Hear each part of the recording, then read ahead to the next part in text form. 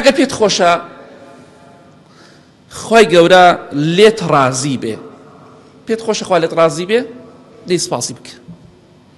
خی گەورە دەفەرمێ وئین تەشکوڕوا یەڕضەوه لەکم، ئەگەر ئێوە شکری ناز و نیعمەتەکانی خوا بکەن و ناشکری نەکەن و سپاسی خوا بکەن لەسەر کەم و زۆر، هەرچەندێک کەم بوو شتەکان سپاسی خوا بکە، زۆریش بوو هەر سپاسی خوا بکە، دڵنیا بە کەمەکان خوا بۆت زیاد دەکە. ئەگەر سپاسی خوا بکەن خی گەورە دەفەرمێ لێتان ڕازی دەبم، لێتان ڕازی دەبم. ئەگەر ناشکری بکەین خوا لێمان ڕازی دەبێت نەخێر.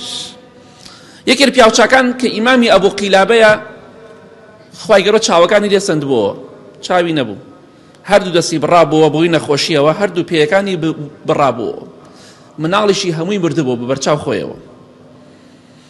لەگەڵەوەدا ئەو پیاوە گەورە کە قوتابی سەحابە بوو، زانایەکی زۆر گەورەی تابعین بوو ڕەحمەتی خوای لێبێ، ئەوەندە سپاسی خوای دەکرد ئەی مادەم زمانم ساغا من نیعمەتی خوا زۆرە بەسەرمەوە، بەس زمانم ساغا تاوە زیکری خوای پێک، من نیعمەتی خوا زۆرە بەسەرمەوە، ئەی تۆ بەوا ناکەی.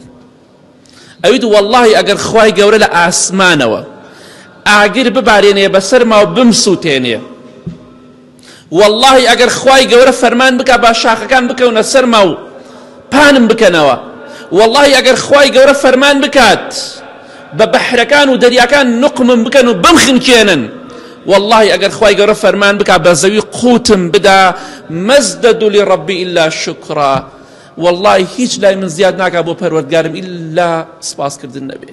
والله خوا بێشم سووتێنێ سپاسی دەکەم، بەناو زەویە بماتە خوارەوە هەر سپاسی دەکەم. کا ئێمە سپاسی خوا دەکەین، دەممان نایە لە دوای ناخواردنیش بڵێن الحەمدولله. بۆیە بەسە ناشکوری، ئەگەر پێت خۆشە خوا لێت ڕازی بێ، خوا بە ناشکوری لێت ڕازی نابێ، بۆ لێت ڕازی بە سپاسی خوا بکەی لەسەر هەموو نیعمەتەکان.